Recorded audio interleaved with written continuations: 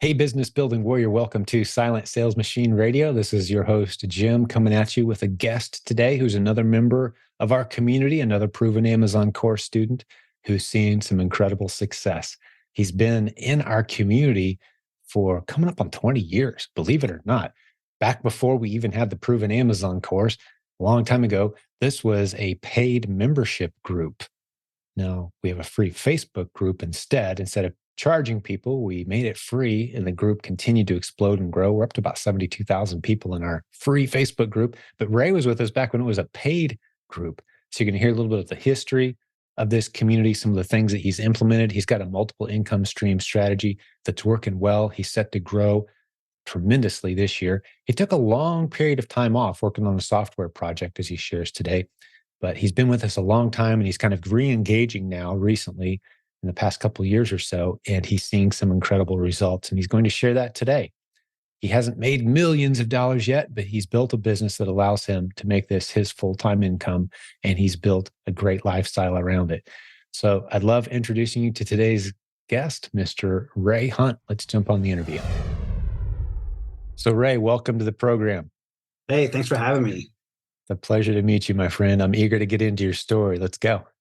Yeah. I went to college, was an accounting major, got my master's in accounting, was super grateful for that business knowledge. But as I started working my way up, the public accounting roadmap kind of ladder, I was like, I don't want to do this long term, right? So didn't like the busy season hours, all that fun stuff. So I was starting to look for other opportunities, and obviously e-commerce. I graduated in 2000, right? So right as e-commerce, internet, it was starting to take off, and so I just started doing some research.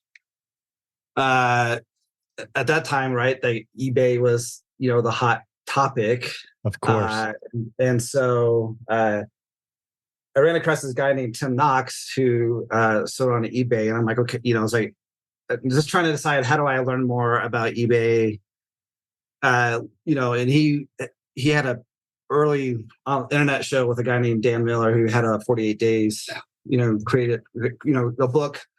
How do you create, that work that you love? And so I was there when Tim and Dan met. Okay, that's awesome. That's how far I go back. I know both those guys. So maybe I'm dating myself here a little bit, right? But so I was like, okay, how do I take this to the next step? And then I ran across this guy named Jim Cocker, and I'm like, at the time, right, I lived in Indiana. I was like, oh, well, this guy seems to know what he's talking about. He lives in Indiana. So I was like, it's like purchase local, right? So, that's when I joined your silentjimdotcom website. This is way back in the day. This is when you're releasing videos on AdSense websites and right. Yeah, that for those who don't know, but this is before this podcast started 6+ years ago. We had a membership community, and so you are part of that membership community. Yeah, so you've been around a long time, man. I have, yeah. And so I ended up signing up for coaching fairly early. And I think back then you had one coach, Nathan Bailey. Nathan was my coach. Yeah, literally, he was the only coach we had. Yeah. Now he manages 60 coaches. Yeah, so I signed up for coaching. Met him. Went out. You guys had training out in Las Vegas. Went out there. Did that.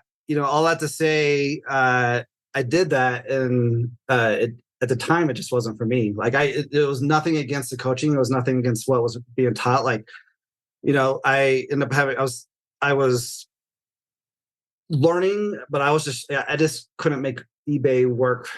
For me at the time, like I didn't see the opportunity, couldn't make that work.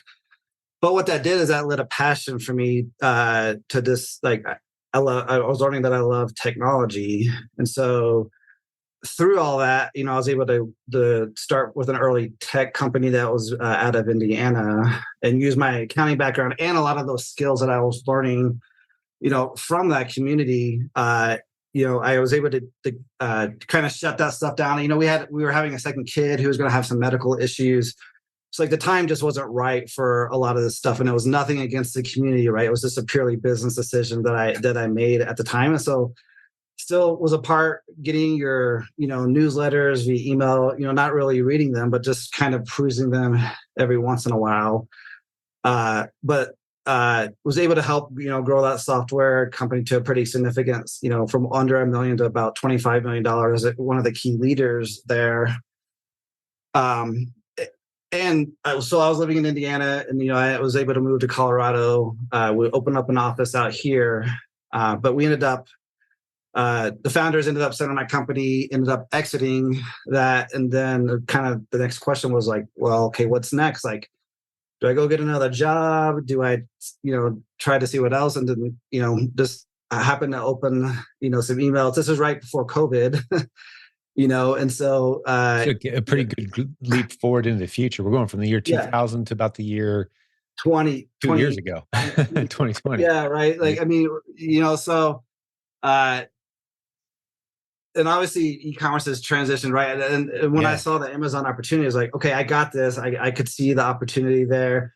Just had to learn how to do it, right? This is around when Jimmy... I'm just excited we were still in your inbox, man. I mean, this is a guy that's been on our mailing list for a long time. 22 years, 23 years, something like that. Yeah. And you kind of let's just ignored them for a while, for about 2 decades. I love it, man. This is so cool. No, yeah, right. So, but and so then I was like, okay, but through all that, Nathan and I still stay friends. Like I was in a fantasy football, group with him and his wife, and like we just kind of surfacely stayed in contact. So it wasn't like that. Like I was completely, away from like what was going on, right? And you and I have corresponded before. I'm seeing your name and just kind of, there's a lot of names in this community, but I'm pretty sure when we had the membership site, weren't you just simply Ray Hunt? Wasn't that just your name in the group? Yeah, yep. And even back then, I don't know if you still do this, but like as part of the coaching, you used to get your cell phone number, right? And so I've even called you. You've had my number since then. Hey, so that people can verify that that's the same number I've had forever, right? Because we still do that for coaching students. Okay, yeah. So like I remember, I remember the first time calling you were super helpful, and I was like, I don't know, we'll see how this worked, and it was super encouraging phone call.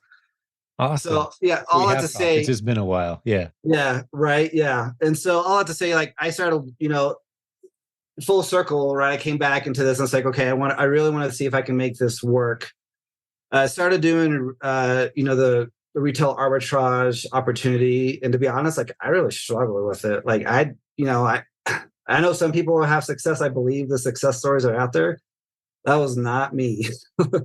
Like I would go to stores and I don't know if it's something that's, everyone says find something unique. Like I swear in Colorado, it's like I couldn't find, maybe I just wasn't searching hard enough, but I just wasn't finding, I was finding success, but it taught me the basics of like how to list on Amazon, how to do that. But then, when Rich Potter offered that wholesale course, I signed up for that opportunity last year. And as I was taking that, I was like, it just clicked. I just got it. Like I understood, the value there, understood what he was saying.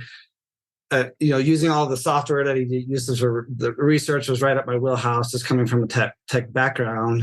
And I also have been part of the Legends community. And so just to be able to use, that resource in that course, I was last year I was able to grow a wholesale business to about $350,000 of revenue last year, and that's tremendous. Still growing it and seeing where it goes from there. Well, what was your net profit? Because we're talking about 2022 numbers now. We just wrapped up that year, so it's a good time to kind of revisit the yeah. So I knew you were going to ask that question, so I was crunching the numbers. Margin is about 18% with an ROI of about 40%. Nice. Yeah. That's fantastic. That's a great gig. And is this your full-time job now, or you got other things going on? Yeah, it is. Well, so I don't have anything else going right now. I mean, I have been doing some consulting just with my software experience in the background, but I'm trying to phase that out just to kind of focus on this opportunity. But one of the great opportunities that has come from that is, one, I've been able to use some of my relationships from my background. And so like, I was reaching out to a CEO that I know of a company and just said, hey, can I sell your stuff on Amazon? I noticed they didn't have they had a presence, but it wasn't being monitored. It wasn't being taken care of. And they're like, well, actually, we don't want you to sell our stuff, but we want to sell our stuff. And we want to know if you're willing to help us do that. They asked you to manage. Yeah. So they're like, hey, great. Do this? And so I was looking at the opportunity and I was like, oh, this is a lot of work. Like, I don't, I'm a solo man right now, right? Like my wife is helping, my kids are helping as much as possible, but I'm like, this is another level that I'm not quite able to do. So I was able to pass that lead on to, I had met Jonathan Brickner, sorry, and Jonathan Stover at a Legends conference. And so I was able to make an introduction there. We were able to make a presentation to this company and close them. And so they are managing that piece of the day-to-day work. And like, I get An override. an override of that. Yeah. And we're able to work out a relationship for that. To do well, that. let me fill in some gaps, because for those who've been in our community for a while, they're following this story beautifully. But for those who are maybe newer around here, I want to make sure we don't leave anyone behind with some of the terminology and things you've mentioned. So you mentioned Rich Potter's wholesale training. You can go to provenwholesalesourcing.com and see what Ray's talking about right now, provenwholesalesourcing.com. But that entire course is one of the modules now included in our collection of modules called the Proven Amazon course. And going way back, even when you first joined, back when this whole community was kind of built around a membership site, and that's when you joined, we've done the same thing for years, which is, hey, if we come up with a good idea, it goes in the membership site. Like we just keep adding stuff in. That's what we do with the Proven Amazon course. So the Proven Wholesale Sourcing, while it did sell on its own for a while, it's now part of the collection of modules in there. And you described it as being a little bit of software skills needed. We use the tool that Rich loves, and he built a $5 or $6 million annual sale business with this model and then taught it to the rest of us. And the tool he loves is SmartScout. You can go to silentjim.com/SS. That's silentjim.com/SS as in SmartScout. That's where we got a great deal set up with that software. But that's our wholesale data mining strategy that, again, Rich Potter really dialed in. It sounds like you built a beautiful business doing that. You also mentioned Legends. Whoops, I bumped my screen. Legends is a separate, it's kind of like a smaller group within the bigger group of relationships. You can go to provenamazoncourse.com/legends and get details on that. We'll stick links to all this in the show notes. But I just didn't want to leave anyone behind as we're dropping names and software and tools and courses and things. And then you mentioned Jonathan Bricker. Actually, he's a neighbor of mine, and his podcast episode, not too far from this one in the lineup.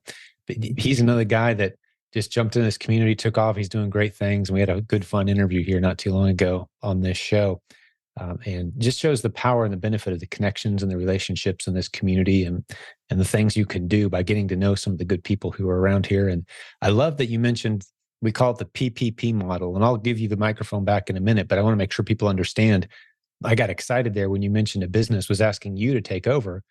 That's an entire business model in itself. And that was the conversation I had with Jonathan Bricker on his episode, again, located not too far from this one. You can go back and listen to it if you'd like, but he doesn't really sell on his own Amazon account all that much. He's got his father-in-law's organic salad dressing. They do that, but he's not doing any of the models we teach.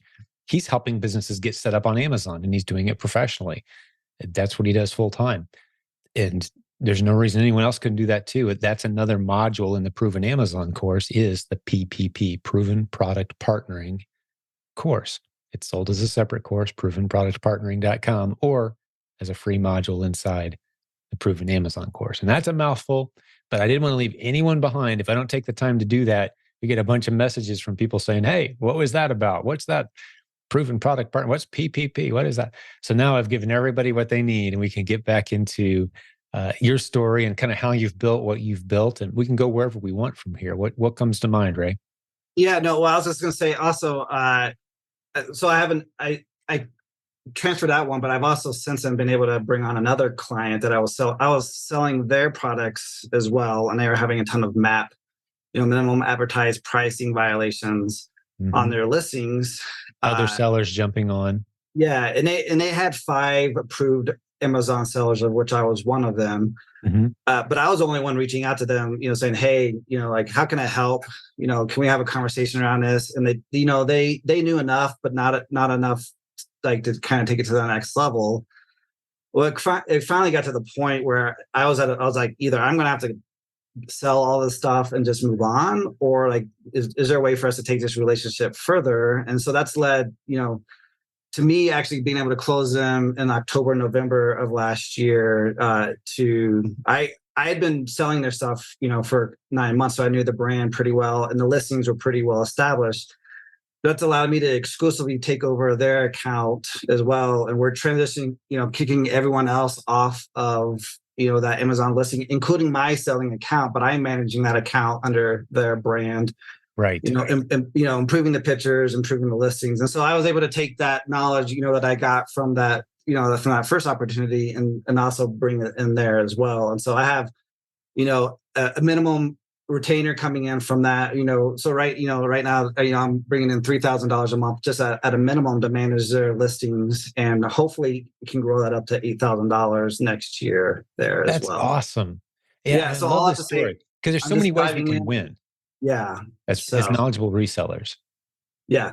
And I know enough to be dangerous, right? So like behind the scenes, like I'll have a meeting and I'll say what I think is right. And then I'm learning as quickly as possible, and, trying to learn Helium 10 and, Yeah. all those other opportunities. You've heard me say it for years, though. It's not a matter of the knowledge you have in your head. It's the power of the community that you have behind you. Yeah. So when you're in a Yeah. meeting like that and they're firing questions at you, you take good notes, say, I don't know. I'd have to research it. I think I might know that one, but let me get back to you. And then you go and you post those questions in front of 70,000 really smart people in our That's community, exactly in our what I free was doing. Facebook group, right? Yep. Because that's what we did. We transitioned that membership site where everybody was paying monthly. We made it free, turned it off, built a Facebook group, and that's where we all hang out now. And that was the core foundation of the first, 10,000 people that jumped into our Facebook group was really smart entrepreneurs from around the world just hanging out, and it's grown from there. So yeah, you put those questions in front of those people. But the other thing I want to say is just make an observation for people. I love your story, Ray, because you had a little frustration with one of the models, one that a lot of people are doing really well with, but it just didn't Yep. resonate with you. So you shifted a little bit to one of the other modules that we teach around here. And that one took off and it led to other opportunities. But when you're talking to these businesses and these brands, every time you run into opposition, there's opportunity there. That's the beautiful part about this business. So the opposition you saw was, okay, I've got some good products here. There's a good company I'm working with. They got a good brand. It's going great. Okay, here comes some other sellers. They're not honoring MAP pricing, minimum advertised pricing that the retailer or that the brand is requesting us to use. They're not doing it. So they're causing problems. I'm going to be a problem solver. Here's the opportunity. You receive some opposition. Here's the opportunity. I'm going to go straight to them and say, hey, I think I might be able to help you solve this problem. So you help them get brand registered. Even if you've never done it before, we can help you. Brand registered. Now they're able to say, hey, this is our brand. We're protecting our trademark. We only want authorized sellers, us selling our own product. They go through the process to get that done. And Amazon pushes back against this because they like to see a bunch of sellers on the listings. That way customers get the best prices. But if a brand goes through the steps to really protect and dial in, you can eliminate and limit who gets to sell.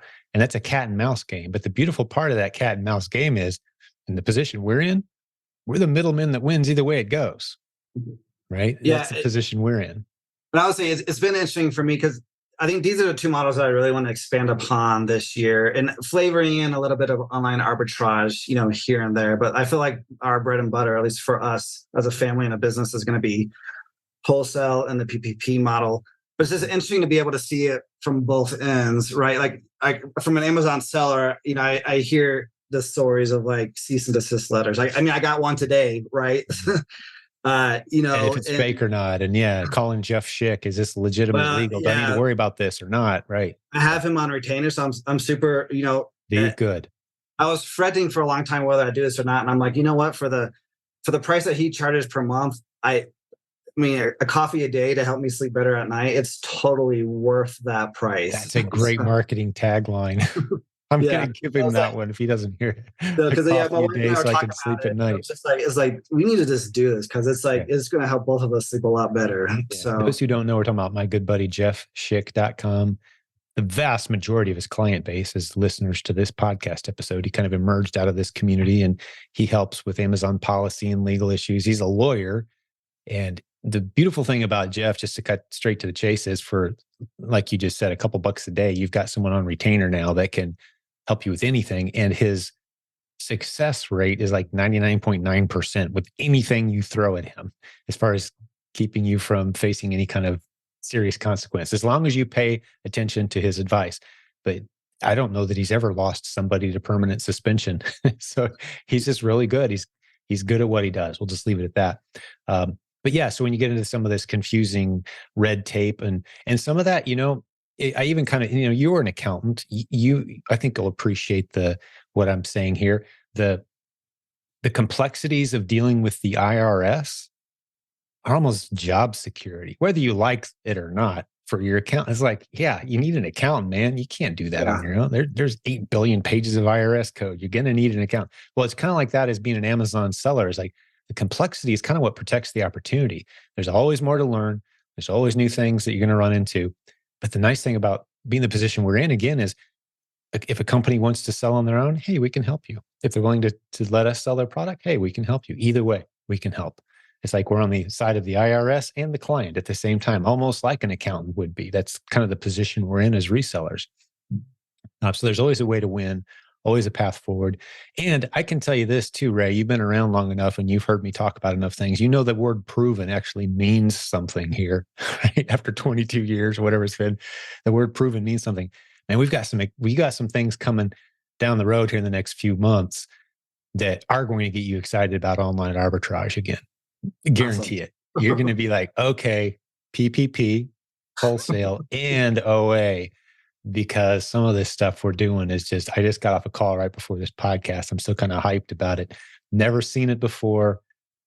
Let's put it to you this way. The coach on our team who's dialing this up with us started blowing me up a few weeks ago saying, I am finding so many replens with this strategy I'm using, this bot scraping tool that no one's ever used for this purpose before. Just can't possibly ever buy them all. We've got to teach people how to do this. That's awesome. So that's coming, man. That's good. Yeah, but I was going to say, even from the brand perspective, right? I've seen how having rogue sellers on Amazon listings can impact, your price on other websites, and that's one of the things that we've been working through. And so I am able to see it from both sides, and kind of, it's not, a brand isn't necessarily the big evil guy if they're sending out cease and desist letters or IP complaints, right? You just need to make sure you're doing things the right way on Amazon. They've got a traditional sales channel and relationships they have to protect. Yeah. If you've got a brick and mortar and you're selling their widget for $40 and that's the lowest price you're allowed to sell it for, and you see people on Amazon selling it for, 20% off, you call that brand and go, hey, what's the deal, man? I'm getting killed over here. And the traditional brick and mortar retail channels represent, for most brands, 70 to 80% of their business still, at least. Yep. Vast majority. So they've got to protect those relationships. That's why they make a big deal about those minimum advertised prices, and they can enforce it out there in the real world. Online, somehow it gets all messed up and people are buying, bulk closeout, discounted, whatever, and flipping it at half the price of where it's still for sale in the traditional brick and mortar. So, but that's the game. But the beautiful part, again, for us, I wouldn't want to be a retailer with a brick and mortar store. I don't even necessarily want to be the guy that's got a brand right now, because everyone's after you. Your brand's winning today. Well, guess what? Tomorrow is probably going to be losing, because the competition is, the margin monsters are out there. Anywhere there's margin, there's monsters that want to eat it. But as resellers, we can move quick. We can say, okay, well, that product's not working anymore. All right, I'm over here now. I'm on this product now, this low-hanging fruit over here. And we just kind of drift around, collect the low-hanging fruit, leaving a trail of very happy customers getting good deals without violating Amazon policy, without violating any brand, rules. It's a great place to be, and you're positioned very well. And I love too, from an account, you've got an accounting background, just kind of talk through this business model real quick. You threw your numbers at me, but I can assume they're fairly accurate because, again, that's what you do for a living. Maybe some other business models you've looked at, and just put it in perspective for us, if you don't mind. I always like, whenever I meet an accountant, I always like asking them for their perspective, comparing a business model to other business models. From my standpoint, this is one of the safest business models you can pursue without losing your shirt. Like I have my neighbor, right? She just acquired the franchise rights for the entire state of Colorado, selling chicken wings in Colorado. And she spent what, $100 grand the capital investment, right? To all the equipment she's going to need, the leases, right? I had an acquaintance once who grew a restaurant chain in Indiana and had, locations everywhere. Well, he ended up selling, his restaurant, and at the time thought he made a lot of money. Well, what he didn't realize that he had personally guaranteed the leases for all those restaurants, and when they sold the restaurants, that didn't take off the personal guarantee of the leases for those restaurants. And so when those restaurants started doing bad, guess who all the, those landlords came back to collect, the payments from? Yeah. It was him, even though he wasn't part of the business, anymore. Right. So that's crazy.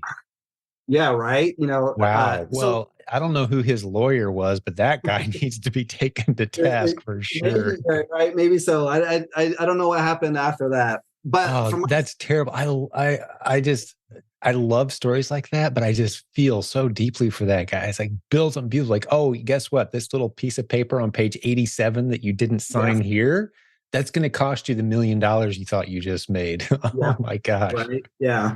So from my standpoint, I mean, this is the best place to be if you want to try entrepreneurship. You want to, roll up your sleeves and you want to work hard and you want to learn. There's just a lot of opportunity here, and even for me, like when I'm a software guy. And so I'm always thinking like, is there a software play here? But I've learned for myself as well as like, there's something about physically getting your hands on products every once in a while as well, and not just some tangible IP, kind of thing. And so I've really enjoyed that from a business perspective.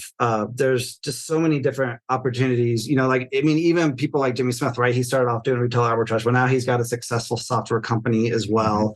That's right. Like the door is open to wherever you want to go and what you want to do here. If you work and you do, you ask the right questions and you just kind of baby steps, right? I mean, if you just take a baby step a day, eventually, you'll be a mile down the road. And I think part of your story too is, you haven't been on stage or in the spotlight really, but you've been forming relationships behind the scenes and recognizing the quality of the individuals who kind of step forward in this community. And you've formed attachments with them and relationships and friendships. And that every time pays off and brings opportunities. And you've tapped into that. I mean, there's a reason you've been around here 20 plus years.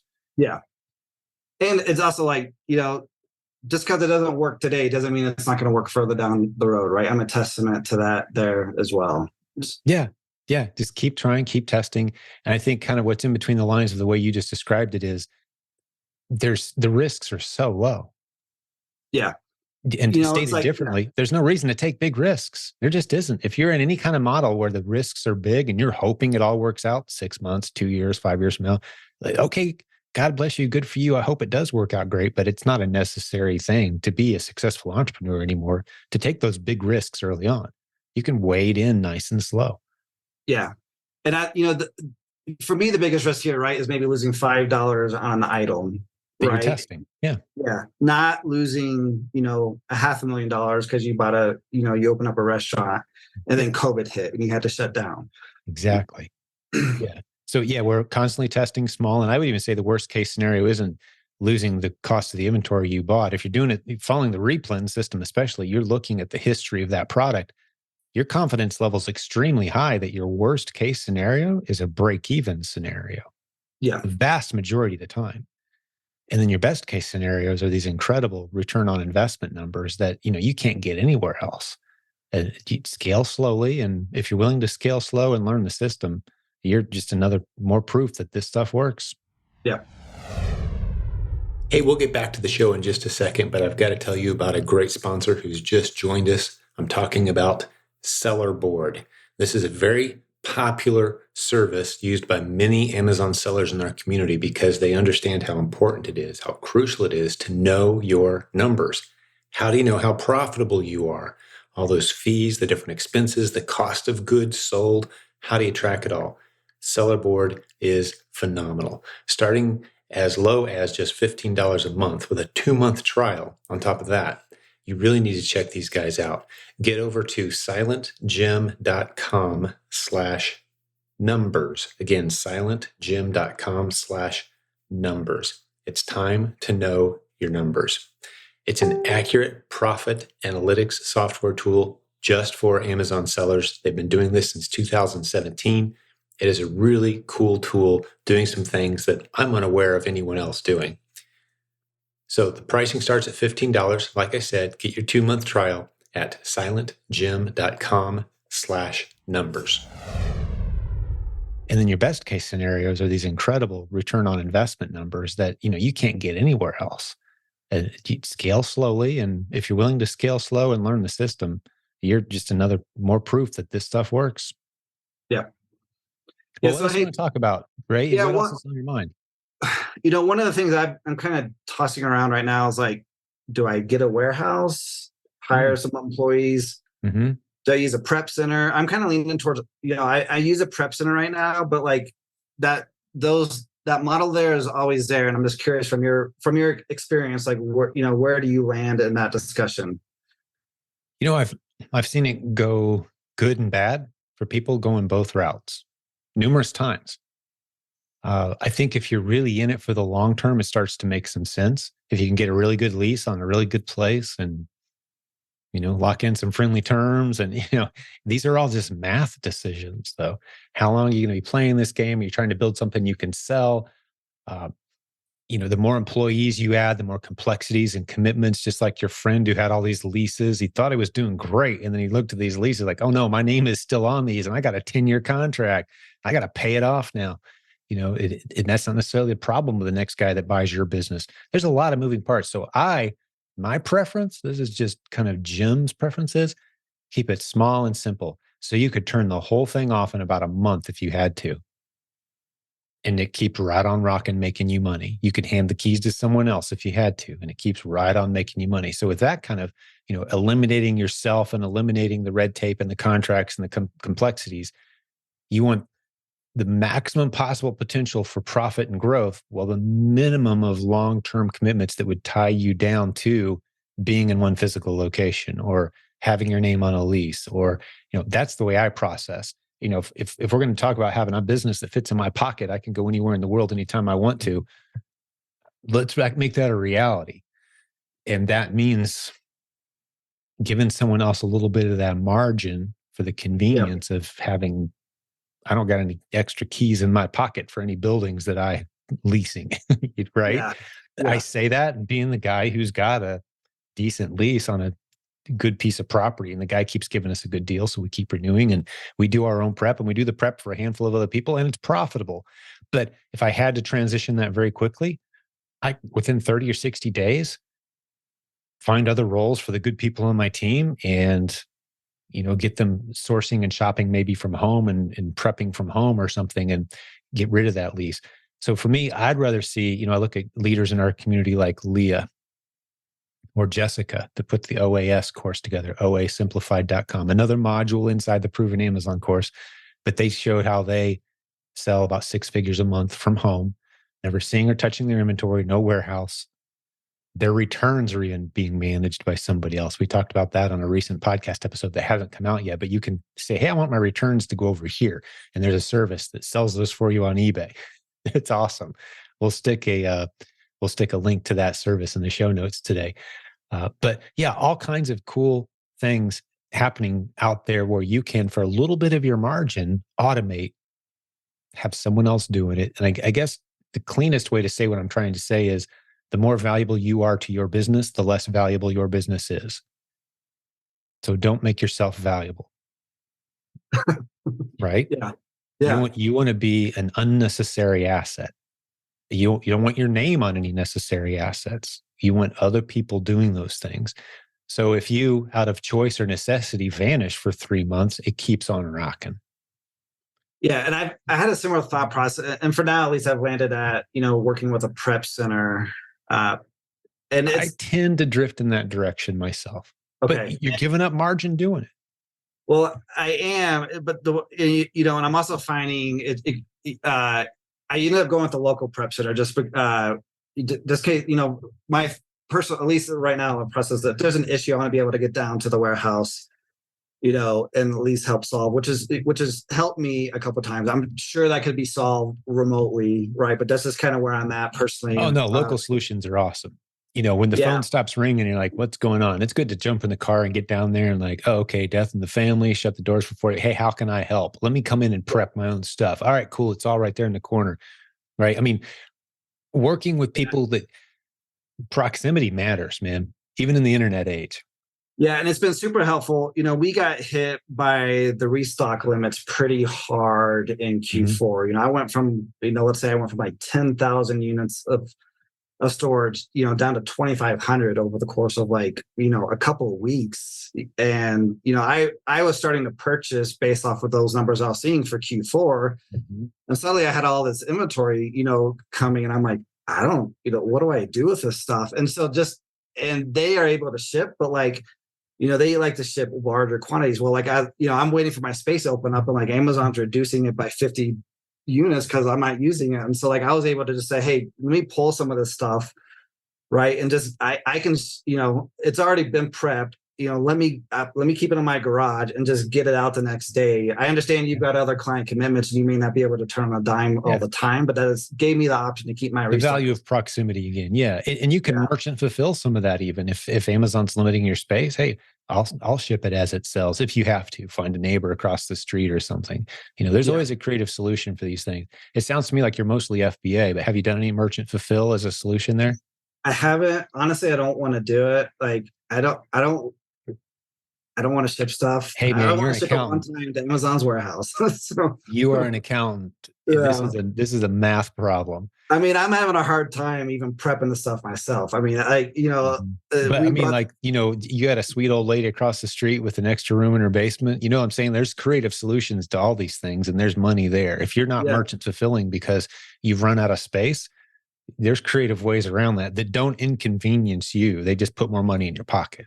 yeah. My son wanted a gaming laptop. And so how did he earn his money by prepping some? I paid him the fee to. I was like, I know what I pay my prep center. I'll pay you this. To kind of help encourage him to kind of Mhm. work and get that going there as I mean, well. you know what I'm talking about with merchant fulfill though, right? I do. Yeah, I don't want to. I Yeah. mean, just for the listeners' sake, so they're super clear on this point, because I think this is a good discussion. I've been having this with a good number of Amazon sellers lately too. It reminds me a lot of the conversations I used to have with eBay sellers back in the day on a different topic. But it's like the solution's right under your nose, and you're like, I don't really like it. It's a math decision. So here we go. Amazon has told you you only have X amount of space in our warehouse. So you hit X and you stay right up against it and you're hoping for more space and you think that's your cap.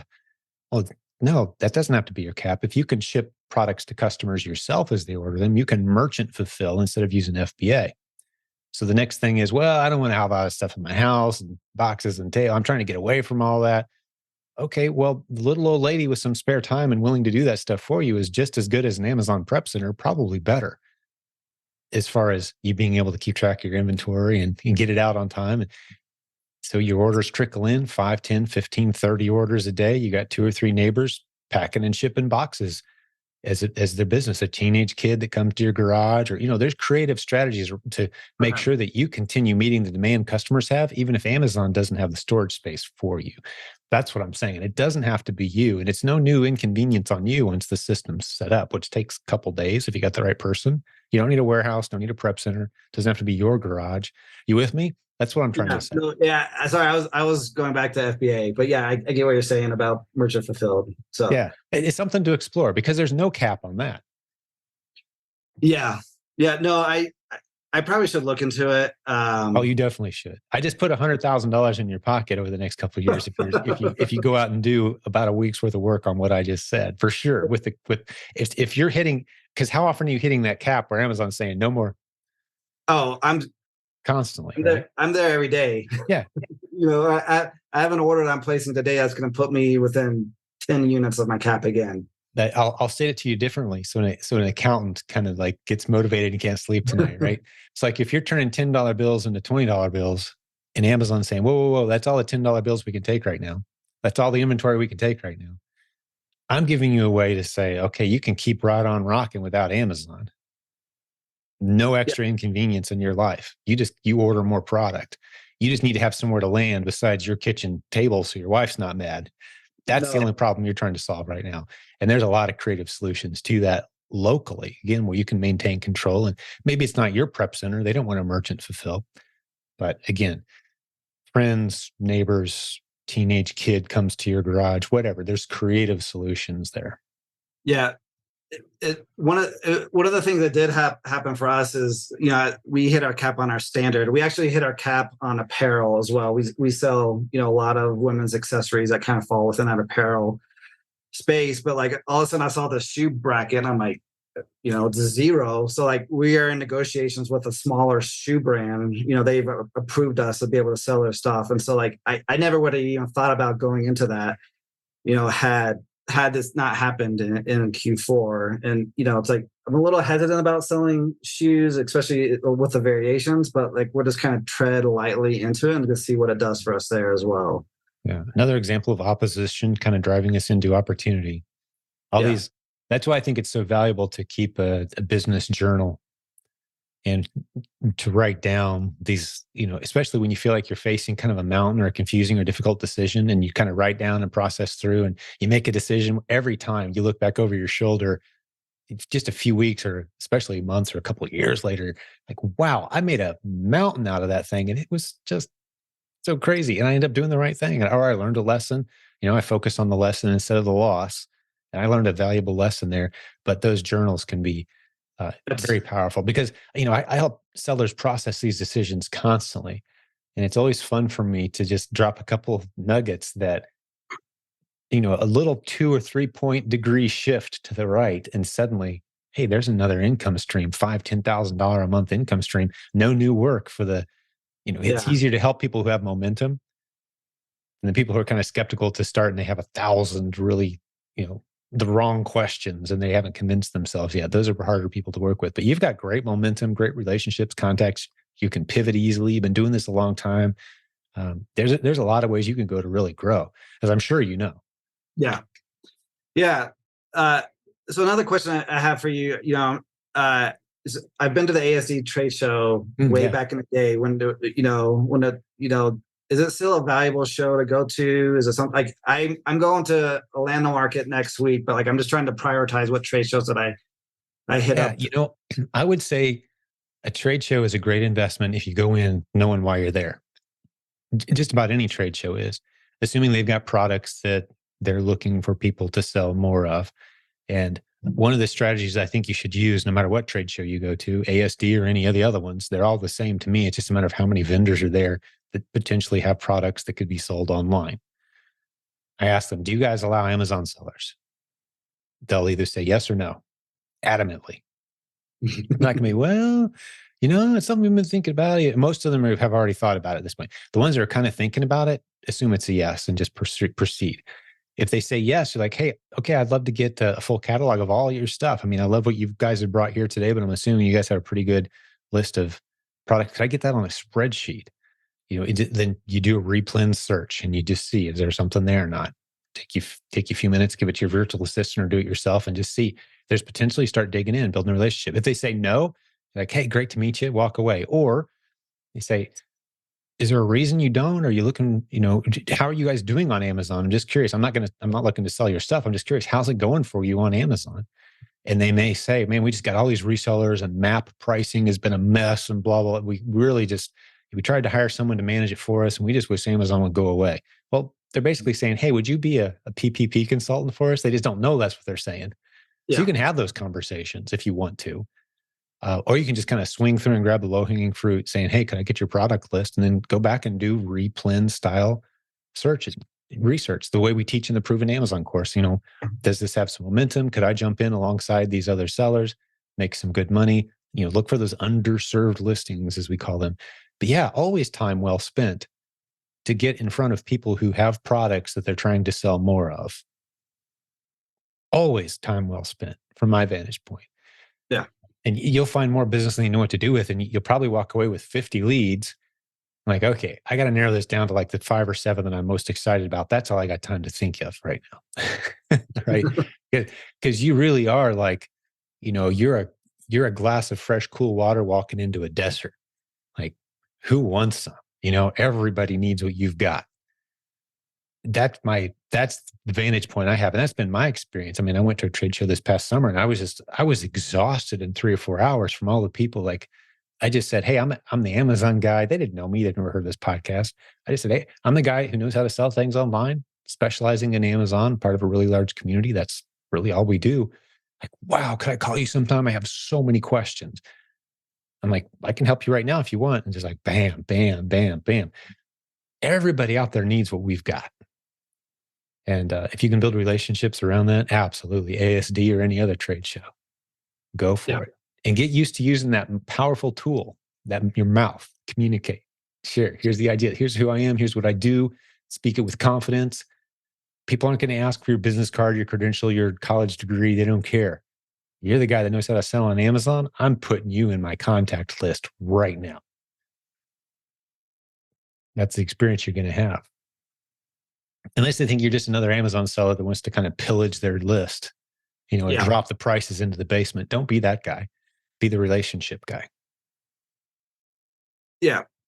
So you mentioned confidence, and I feel like that's something I struggle with, right, at times, especially at trade shows or even talking through that. I'm just kind of curious, how do you build up those confidence muscles, or like what other characteristics are you seeing in successful sellers, that people need to learn, or what are the soft skills people need to learn besides just the physical side of Amazon? Man, that's great. And these are passionate topics for me. I've done a lot of episodes where I can tend to drift way too long, and I keep myself really short here. But you're saying confidence with an F, right? Not competence. Confidence, yeah. Confidence with an F. Okay, yeah, making sure. Here's perhaps the greatest confidence builder. Anyone who's listened to more than, say, 5 podcast episodes of this show, and you've certainly qualified, you've been around for a couple decades.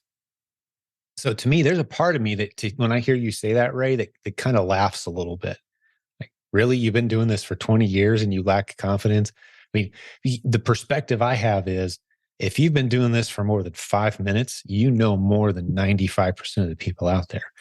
So, Mr. Ray Hunt, you've got a master's degree in all things e-commerce at this point that puts you in the elite top fraction of a percent of those who are interested in e-commerce. And you lack confidence. It illustrates a couple of really cool points. One of them is, I lack a ton of confidence too. I've been doing this forever. Like, there's people who've been doing it, there's very few people that have been doing it half as long as I have. Very few. And I still lack confidence because I know how expansive this is. There's new things to learn every day. So be confident in this. There's always more to learn. But be confident in this as well. You're in a community of 70,000+ people who live, eat, breathe, sleep, and try new ideas constantly and share openly what they've learned. There isn't a question you will encounter in these conversations that you can't come back to this group and get 5 or 6 creative solutions. Nothing. Nathan and I started joking. That's our coaching director now of 60 coaches who coached you. He was our only coach at the time back in the day when you started in this community. And many occasions, we started noticing this a few years in. I'm talking conversations we had 15 years ago, because he's been with me 18 years, 19 years now. So that must have been about when you came on. Yeah. But every challenge we would encounter, we made it a challenge for ourselves to come up with at least 5 solutions. And if we hadn't come up with 5 solutions after brainstorming, we weren't trying hard enough. It didn't matter what it was. In any business or e-commerce question, it came like, okay, the first 2 or 3 answers come easy. Let's dig deeper. Okay, I just thought of another creative system. Oh, I just thought of someone I haven't thought of in a long time. Quite often, the solutions are a person that connection you have.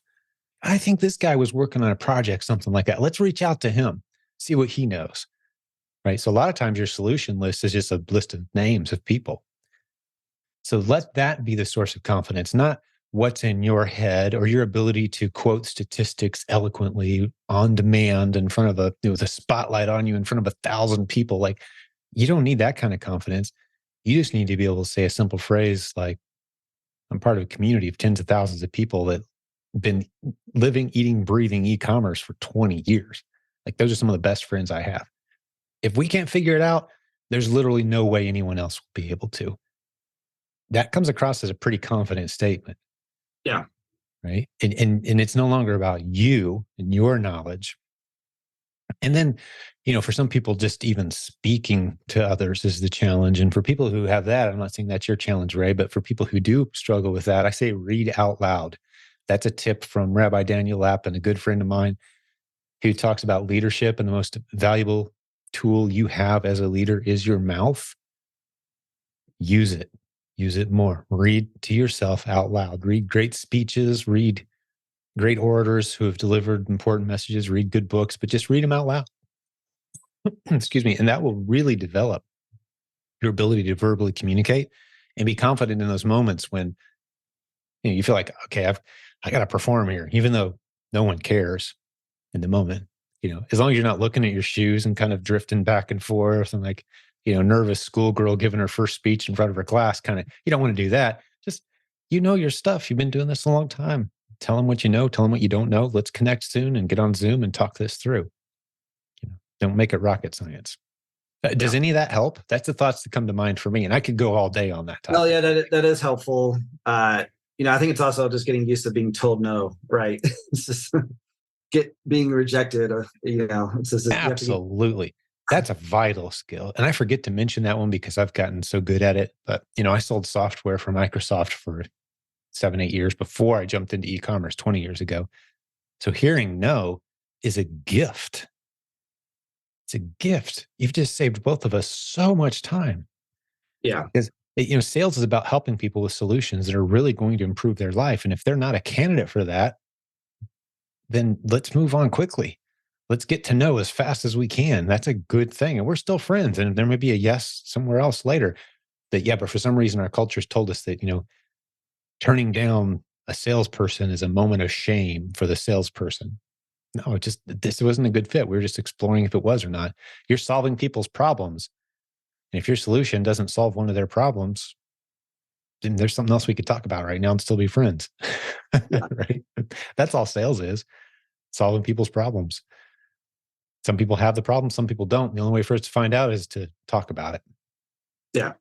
And I've also learned, it's like, let's say I send 10 emails, I got to get 9 no's before I get that one yes, and so I'd rather get my 9 no's out of the way so I can get my yes. It becomes a bit of a numbers game. I mean, that sounds like the wholesale, strategies you learned from Rich Pryor, Proven Wholesale Sourcing, that module that's in the Proven Amazon course. Yeah. You're going to get some rejections in the form of people don't respond or they flat out say no, but no harm done. Ask.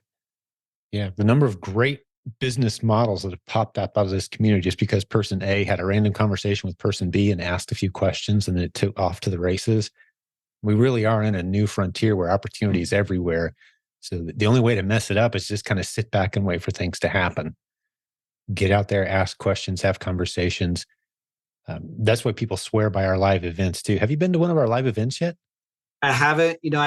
I every year it comes up. I'm like, I need to do it. And July 6th through 8th, man, you got to be there. I have 4 kids, so I used to travel a lot for work and was gone so like I take my travel, very seriously nowadays. Right. Well, if I got you in completely free this year for being a guest, would that be tempting? Maybe save you guys some cash. I'll take you up on it. Yeah. Yeah. Now let's get you there because I think you will really enjoy hanging out with this community, and wonder why you hadn't started doing it 11 years ago when we started doing this every year. Right. Yep. Yeah. So hit me up when you see the tickets go on sale. But theprovenconference.com, July 6th through 8th is the dates. We'll have the city announced soon. And I'll get you and whoever from your family, bring the whole crew. It's actually in a decent part of an area where you guys could have a good time too, and some stuff to do. So, okay, appreciate it. How old are your kids? 13, 10, 8, and 5. Yeah, you guys are a few years behind me, man. Your oldest is a couple years younger than my youngest, but having business at home and dad at home and doing business under the same roof, man, I'll just tell you, we've benefited in so many ways from raising our crew of 5. Yeah. That way. Homeschooling, e-commerce, entrepreneurship, just everyday part of our language and lifestyle. Yeah, beautiful, man. That's good to hear. Well, what else you want to talk about? What else on your mind? Any other questions we can dive into? It's been a great episode, man. Yeah, I think we have it for now, right? I'm sure something will come up, but I know I can know how to reach out if and when that happens. Yeah, you've got my cell phone from 19 years ago and you got it still today. So yeah, and feel free to reach out. It really was good connecting with you again, Ray. I appreciate it. Thank you. Thank you, sir. Well, I'm going to talk to the listening audience as we wrap this one up today. You've heard me say many times that I've been doing this a long time. Well, Ray is proof now. If you ever doubted me, here's a guy that's been around a while. Hopefully you enjoyed hanging out with Ray and I as much as I enjoyed hanging out with my friend. And it's just good connecting with the good people of this community. Maybe you're thinking about being on this podcast. You've had some success implementing the stuff that we teach around here. I'd love to hear from you. We can keep you anonymous if you want, so people have jobs and that sort of thing, and you don't want your name or face out there. That's okay. We can use first name only, audio only, but we'd love to hear your story because, as I'm sure you've benefited from different podcast episodes, if you've listened to a handful, you start to notice you really resonate with some people, and your story could change someone's life just by sharing the experiences you've had, the failures, the successes, the challenges. We'd love to hear from you. So please reach out. All the contact information is at silentjimdotcom. Jump over there, get into our free Facebook group if you're not in there yet. If this is the first podcast episode you've ever listened to from our team, you really need to get over to silentjim.com and scroll through, check out 5, 10, 15 episodes. If you're not hooked by then, maybe this community isn't for you, but just a bunch of really good people telling their stories, building real businesses. And we all have one thing in common. We love to use the internet creatively to launch and grow multiple streams of income. That's what we talk about around here. So until next time, thank you for joining us. Ray, you did a great job one last time. Thank you, my friend. Thank you. Thank you, sir. And on behalf of the entire team, God bless the business building warriors out there. We'll have another great episode for you very soon. Hey, thanks for hanging out today. Before I let you go, one short reminder. We are so grateful to our new sponsor to this program, Seller Board. If you haven't checked them out yet, get over to silentjim.com/numbers. This is the software that tells you if you're profitable or not. It helps you track all of your expenses, your KPIs, sales, refunds, advertising costs, all of it. Profit, loss. This is tremendous software that fills a gap in the marketplace. Many successful sellers in our community are using this tool to help them know which of their products are profitable and which ones aren't. You'll love Seller Board. For just $15 a month starting, you can really dial in and know how your business is doing. silentjim.com/numbers. Talk to you next time.